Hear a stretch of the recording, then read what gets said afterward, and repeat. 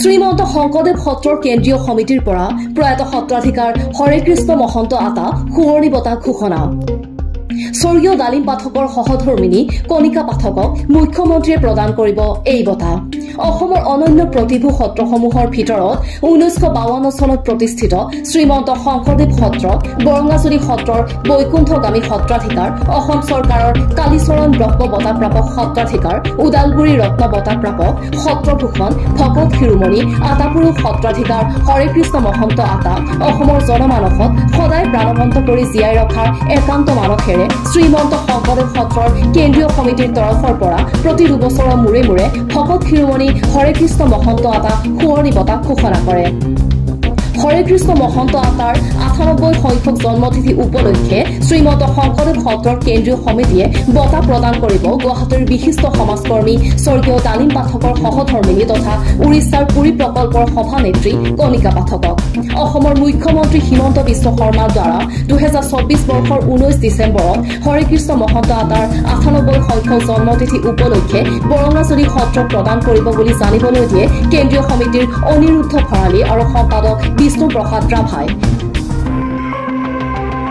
জনাব বিচাৰিছো অতি আনন্দৰে জনাব বিচাৰিছো যে আমাৰ প্ৰয়াত ভকত শিৰোমণি হৰে কৃষ্ণ মহন্ত আতাৰ নামত আমি যি বঁটা প্ৰদান অনুষ্ঠান আমি আয়োজন কৰিছো এই বঁটাটি এই বছৰ আমি 2023 চনৰ বৰ্ষৰ বাবে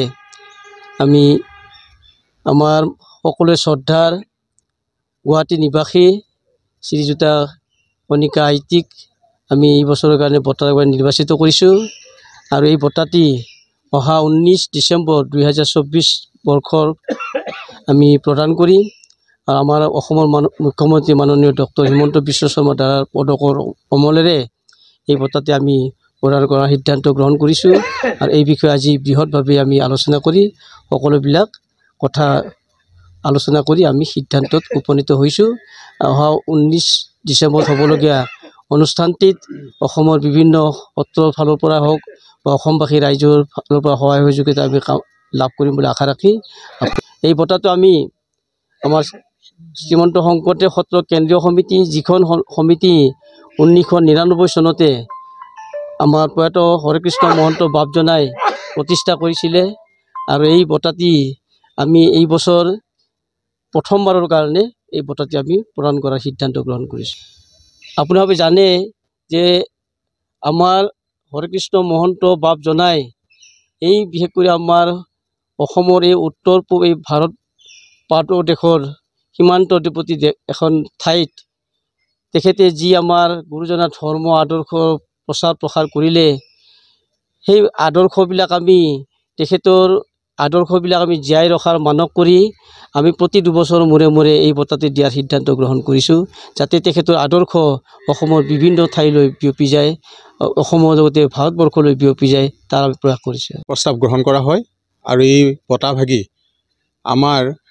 পুৰী প্ৰকল্পৰ সভানেত্ৰী মাননীয় কণিকা আইগৰাকীক বঁটাটি দিয়াৰ